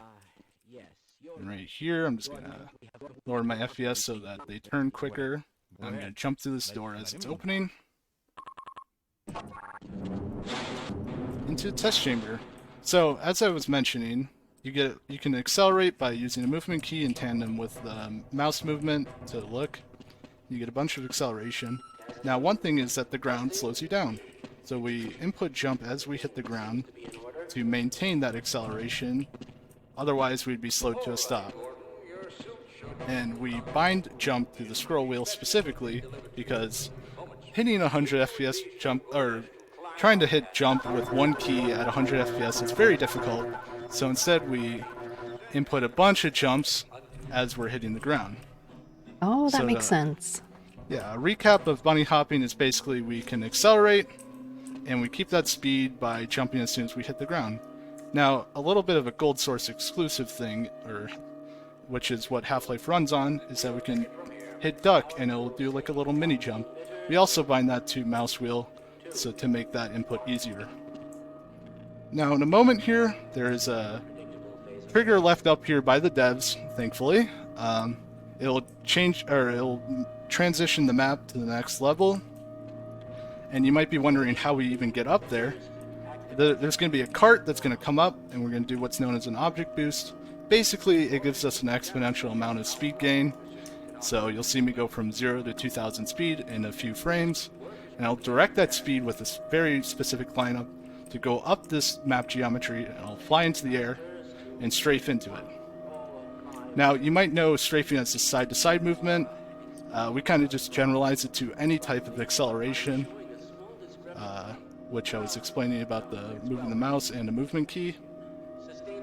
So we'll say ground strafing, air strafing, or just strafing. So, recap, cart's going to come up, I'm going to put it in a very specific spot, and I'm going to line up, object boost, fly up into the air, hit the trigger, Nice. and load into unforeseen consequences. And right there, I just did what's known as a jump bug. Basically, you jump and unduck the same frame you land on the ground with a very specific setup and frame rate. thereby tricking the game into not applying fall damage. So we're getting into Unforeseen Consequences now, which is mostly a movement-heavy chapter, not really a lot of tricks to go over here. So I'm going to use this as an opportunity to kind of go over the lore of the game a little bit, just give some context to what's going on. So we are Gordon Freeman. Of course, we're in the Black Mesa Research Facility in New Mexico, where they are doing research in teleportation technologies. What we did in the first chapter was perform an experiment that, wouldn't you know it, triggered the apocalypse. So we have to spend the rest of the game fighting our way through all the hordes of aliens that we spawned, with the intention of getting back to their home world of Zen and killing the big bad evil guy Nihilith, to hopefully stop the apocalypse. So, Yep. In case you no missed pressure, it, right? this is another object boost, basically exponential speed gain from using use key and movement key on objects. Works because high frame rates, weird physics, all that. Moving now into Office Complex, you'll see all that HP and armor he's got is now gone. That's thanks to a trick called Electricity Skip, and is the reason he had to do that jump bug back at the start of Unforeseen Consequences, so he had enough health to tank the damage there from the electricity beam. He's going to jump on top of the head crabs here to grab that ladder, and that's an important thing to note, is that all NPCs, enemies included, have collision just like any other object in the game. So we can not only bump into them, but we can also jump on top of them wherever it's necessary. Here he is actually getting into a pretty difficult trick, and actually one of the first major run killers of the game, the Barney NPC abuse. So an important thing to note is that he's got to aggro Barney and get him to follow him all the way to the end of this map and open a door, and if he makes a mistake, you can't actually load a save in any map where an NPC abuse takes place. So he would have to restart that entire sequence if he made a single mistake there, so good to see it in one attempt. Yep. And on this following map, we'll be doing another NPC abuse with the scientist. We'll be scaring him, and then jumping through the red mist because we laid down a nade to blow him up. So we're going through the door, and that is the entire chapter. Yep, now we're into Blast Pit, which is one of the first of really 3 chapters throughout the game that are pretty much everyone considers to be pretty difficult. The difficulty starts right away. He's got to make a big jump through this elevator shaft and land on a little tiny ladder there, and then do the first damage boost of the game where he's priming a grenade, letting it blow up in his hand, and when you take damage from the grenade like that, it actually gives you some velocity in whatever direction you're moving. So he's able to get up to about 1,000 UPS and try to preserve that speed as best he can along that little walkway on the side there. Yeah. Oh, that was a bit of an over jump. A safe path. Now to the big first breathing point in the run past test chamber. Now this is Blast Pit, very hard chapter. Explain what I'm doing. I'm trying to turn on the electricity and the fuel and oxygen to activate a rocket test sequence to clear the way for me to leave this area. Yeah, it's going to be a lot of tight and difficult movement in this chapter. It's going to start with what's called an edge bug. So he's going to make a long jump around the corner. It doesn't quite have enough speed there. He's looking to land on the edge of one of these pieces of geometry at 20 FPS, which will actually convert his velocity, or all of his vertical velocity, into horizontal velocity, effectively nullifying his fall damage. He actually just did it again there off the pipe, and he's going to have one more at the end of this section here. So right here's the electricity part of my objective. Turning it on, doing another edge bug right there. And throughout this whole part, I've been trying to maintain my health and armor, and I'll be healing up here to do a trick known as barrel boost. Basically damage boost with the explosive barrel on the walkway. Oh, that was a bit of a bad... Oh, scuffed save, yeah. Good backup. Autosaves are your friend. If I could get this object boost. Oh, forgot I didn't kill that bull squid, but worked out. So that was barrel boost right there. Now, as you can see, there's not just movement. You have to maintain a bunch of health, armor, ammo. We route it all. We have it all routed in our heads. But yeah, it's actually normally a little bit tighter here. Yeah, you're I used to grabbed having about extra 5 just in HP. case. It's very easy to get soft locked here on that head crab specifically if you have low HP. But here's the oxygen and fuel I was talking about. Turn those on. Now we're going to be making our way to the blast pit. Now, you're going to see me hit a lever through a wall here. And a funny thing about the use key is that you don't actually need to be on the, you just need to be within a radius of a usable object, and basically the game does not check if there's a wall blocking you or anything. So I started this whole cutscene. Usually you're locked in a room, but I'm gonna use this time to heal up with the scientist here. He's actually in a glitched state because you're actually meant to go through this room in a casual playthrough, but we skipped all that with all those movement sequences you saw. Yeah, now we're into the ending section of Blast Pit. You're going to see him swim up, and you're going to see some green goo down on the floor. So what he's going to be doing is what's called a trigger boost. He's going to be, there's a push trigger in here. He's going to swim to the top and then spam a duck input. And what that's going to do is as he hits the trigger multiple times, he's going to get additive speed and then do what's called sharking, where he sits at the surface of the water and holds the jump input, and which prevents the water resistance from slowing him down. So he gets a big speed boost, doesn't get slowed down. Here he throws a grenade to blow up all the boxes in that room, and fortunately for us, any ammo or resources dropped by boxes are preserved between level transitions, so he's able to pick up all the important stuff there. Also, if you blinked, you might have missed it. We did just get through an entire chapter that was power-up by just jumping over those barricades, which is the other 10-second chapter in the game. So here, I accidentally placed that trip mine too high. You can see you can actually stand on trip mines. They have the fun quirk of a collision when you place them, so I'll skip a bunch of the map, making a little ladder for myself by placing them down. And here is Honor Rail. This chapter is very annoying because you're supposed to take a cart everywhere, but since we're skipping that, we're going to be jumping around all on the sides, and there's a bunch of invisible collisions that we're going to be avoiding.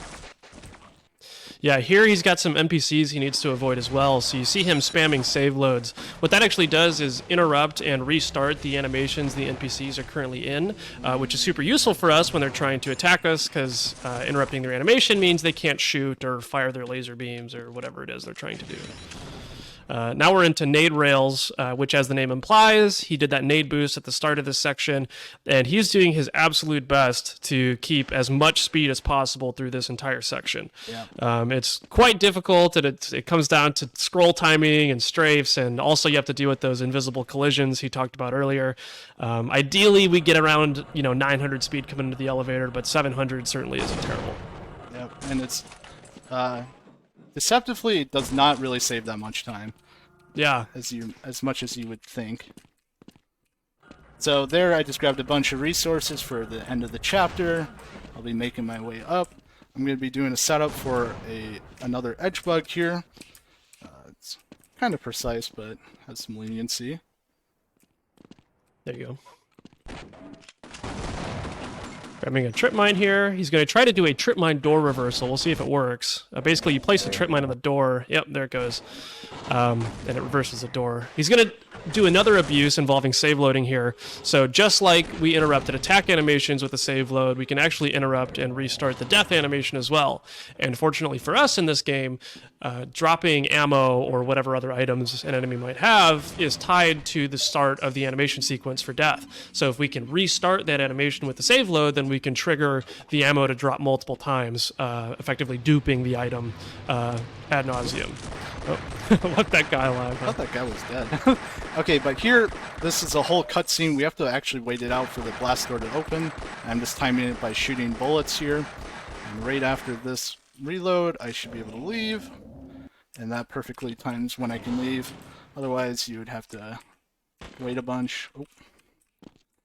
Now, this is box bug here. Basically like an edge bug. I'm failing it a bunch. Failing his own strat. Yeah, Look at this guy. Funny thing with this strat is I found it. Basically just an edge bug. Yeah, you destroy the box as you land on it with a low FPS. Makes it easier. And this leads us into apprehension. And you're going to see me moving in water, but I'm not going to be strafing. It's actually the fastest way to move in water is just straight lines. The water movement code is different than like on the ground or in the air. We'll actually be exploiting another part of it, known as water clipping, which was found by Quadrazid about 2 years ago now, and we'll be doing that in the next chapter. But first, see if we get shark jump, and he does! Nice job. Yeah, that is a very difficult trick. He's actually abusing the same thing he did earlier in the run, where he's jumping off of an NPC's collider.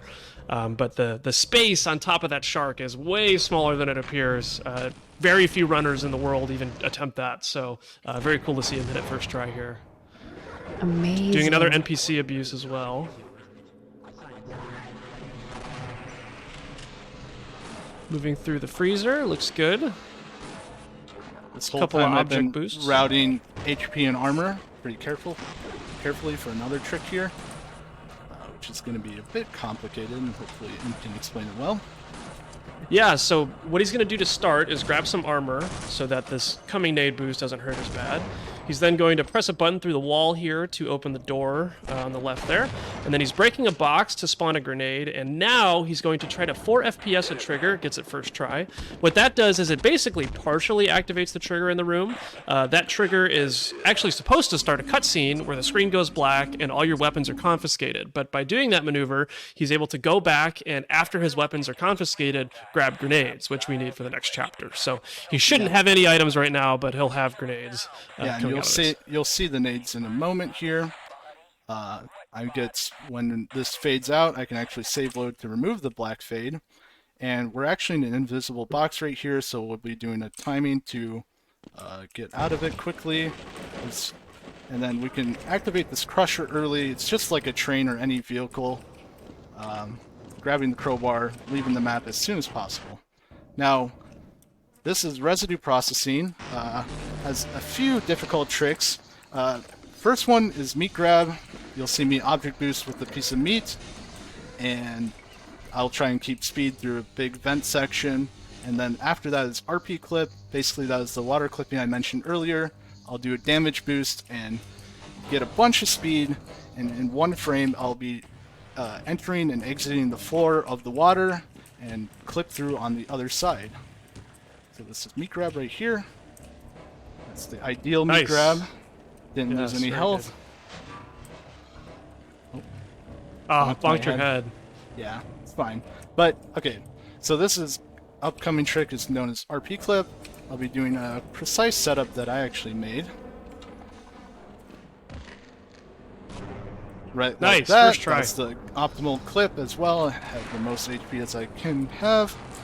And to reiterate, that was just low FPS, high speed, water, physics, allows me to clip through the floor. Very difficult. Don't let him sell you that was an easy trick. I have never done that once in my life. Moving into the final map here of RP, you saw those crushers that he navigated at the start of the map. This entire map is actually kind of on a cycle because we open the map with some crushers moving, and then we end the map with another set of crushers. And ideally, you can get through both sets without getting slowed down at all. The timing's actually not too tight. That. Yeah, barely missed it. Here's QE. This is most runners' least favorite chapter. You may be a little bit confused because it looks like fun movement, but we're going to be having a lot of RNG happen in the second half of this chapter. And since we don't really have much RNG in this run, we all hate it. Yeah. The objective here is to get a scientist to follow us actually back into the room we just left. There's a locked door at the front of the room that allows us to proceed to the next chapter, and we need a scientist to activate the retinal scanner and let us through. So we have to get a scientist's attention in the next room and then have it follow us not only to the front of the room we were just in, but also we have to navigate upstairs and grab the most powerful weapon in the game, being the Gauss gun. And there's a lot of points throughout that process where the NPC can decide, you know what, I think this run's dead. I'm going to go ahead and kill it for you, you know. So here I'm going to just activate the Gauss cutscene real quick. Just that little sidestep is enough. And I'll be duping this guy's ammo for SMG nades, which we'll be using later, grabbing health while this entire cutscene plays out. I'll be making my way over to that cutscene. You see the explosion just happened. I'm grabbing the Gauss gun. Perhaps one of the best movement techs. making our way over to the scientist.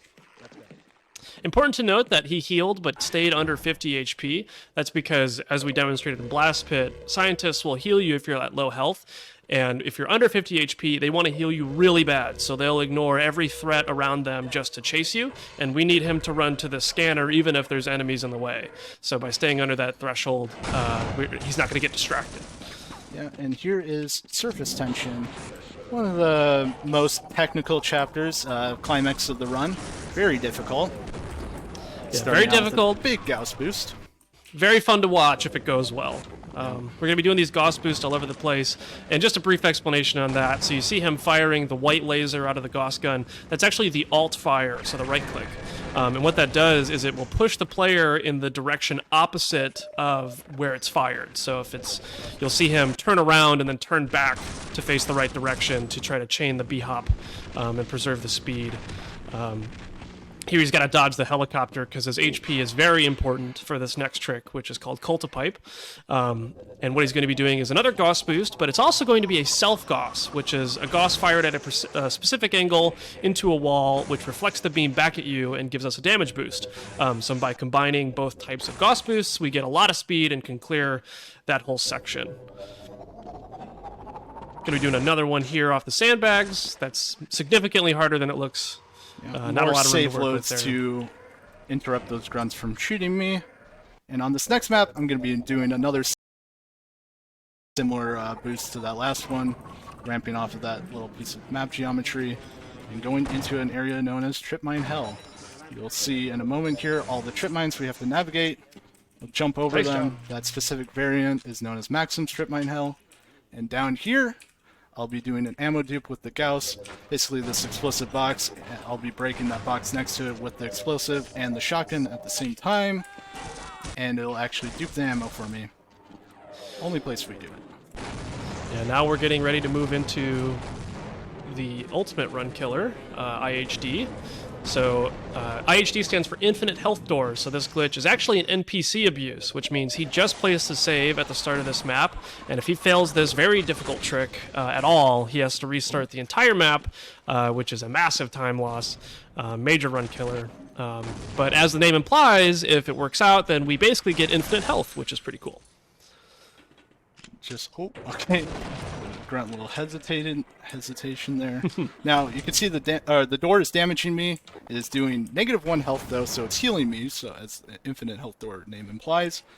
So it's healing me 1 health per frame, 100 FPS, that's 100 health per second. And you can see in the bottom left it's counting from 0 to 255, but I actually have a way higher number, that's just how much it can display. Now I'll be grabbing a few cycles of that 0 to 255 and moving on to the next map, which we're going to be doing a bunch of damage boosts for the rest of the run because of that help. Yeah, we're basically free to damage boost wherever we need to now. Of course, it's precisely routed, very tightly HP routed at the high level, but we're taking some extra just in case here. Yeah. And that is the end of Surface Tension. Yeah, so now we're into Forget About Freeman, which is a pretty quick chapter, but it's got a lot of fun movement in it. Here we're trying to get an object boost off the chair. There we go. A little bit awkward. Yeah, we're going to do some save loads to dodge the blast from these Vortigons, and then in this next area, we're going to combine that sharking we saw earlier with a couple of self-gosses, which is essentially going to allow us to just leap over the barriers in the water, which went pretty smoothly there. So we don't have to navigate the side areas of that map, slowing us down. We're going to reverse the elevator door there with the Hornet gun, so that's a pretty important trick. The Hornet gun spawns Hornets that actually act like any other unit in the game, and if they get jammed in the door, they will reverse the door's direction, and in that case, the door closing spawns a level trigger, and the same thing just happened there. If we hit it, we get the door to shut much sooner, and the level transition happens much sooner as well. So nice to see that happen on the first try. Yeah. And this is Lambda Core, one of my favorite chapters. Very trick heavy, bunch of boosts, killing a bunch of enemies. I don't know, very fun movement in my opinion. Yeah, we're going to start with a pretty weird NPC abuse, probably the most unique one in the game. So we have a scientist in this room with the window. We're actually going to scare them with this grenade and activate them with the use key through the wall. And they open both doors in that room. So if you play the game casually and get there, you'll see there's 2 locked doors you got to wait forever to open. He's just talking the whole time. Yeah. Now, on this next map, after this elevator ride, I'll be doing the second and final water clip of the run. If you don't remember, basically, bunch of speed in water, low FPS, can clip through a wall in 1 frame. Just like that. And funny thing about that, saves about the same amount of time as RP clip, even though it is much easier. Whoops. Yeah, that completely messed up the inputs there. that RP, or the clip he just did, is something that you viewers could probably do in 10 minutes. It's stupid easy and saves the same Really amount of time easy. as probably the most difficult trick in the game. On this map, he's on a little bit of a cycle here. It's not super precise, but he just can't be too slow or too fast because he needs to do that nade boost. And you might have saw there are moving platforms on the edges of the room. If he's too slow or too fast, they can get in his way and prevent him from doing that nade boost. Now I just angered Barney here. He's going to open the door for me. Another NPC abuse. Double one, in fact. I'll be getting a bit of speed here. This Hornet is going to tank a bunch of damage for me. And that trigger is just left in there for us to use. Now, here at Zen is 1 map for the whole chapter. Basically, it just introduces us to the alien world. And I'll be doing and we're actually tasked to go kill Nylanth now because he's keeping the portals open, I believe. I'll be doing a precise setup here. It's going to be a frame-perfect save load. So I'm going to use a sound cue. I think I got it Yeah, there. I think you did. Cool. So here is Gonark. I'm going to aggro her, and she's going to follow me. She has a few nodes that she's going to want to run to, and we just make her aggressive right at the start. Oh, got a bit unlucky there. Actually isn't that much slower than normal. But yeah, at each node, you just need to damage her a certain amount, and then she'll move to the next node. So he throws these satchels, so you can blow it up as early as possible, deal that damage as early as possible.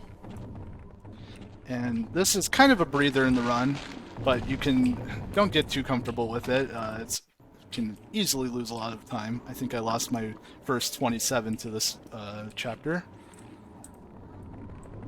And there's going to be 3 more nodes here. Again, just damage her as soon as she gets there. Going to lower FPS so she turns faster and moves to the next node sooner. Bunch of times here. And she's going to break this web, and I'm going to be throwing down a bunch of explosives on the floor. Normally, you would be killing Gonark in the next map. Oh, lost all my speed. So I'm going to throw a bunch of explosives on the floor here.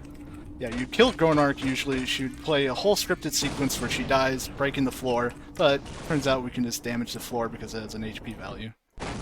And now we're into Interloper, which is my personal favorite chapter. We get a lot of fun movement here. We're going to do some Gauss boosting right out of the gate.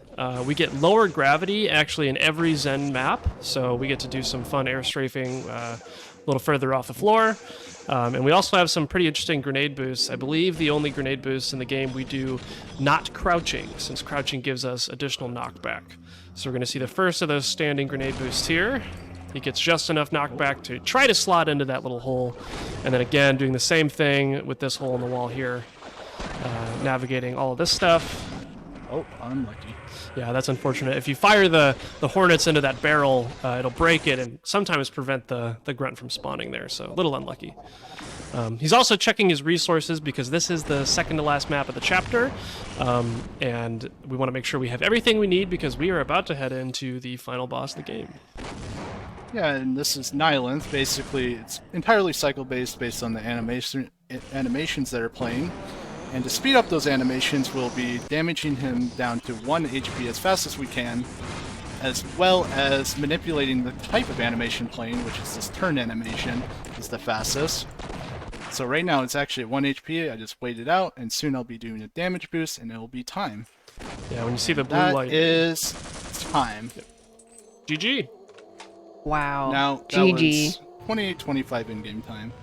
So, yeah, I'd like to shout out Source Runs, basically just umbrella term for all the runners and community members that have helped me and others learning the game and improving the game, making it fun to run, all that.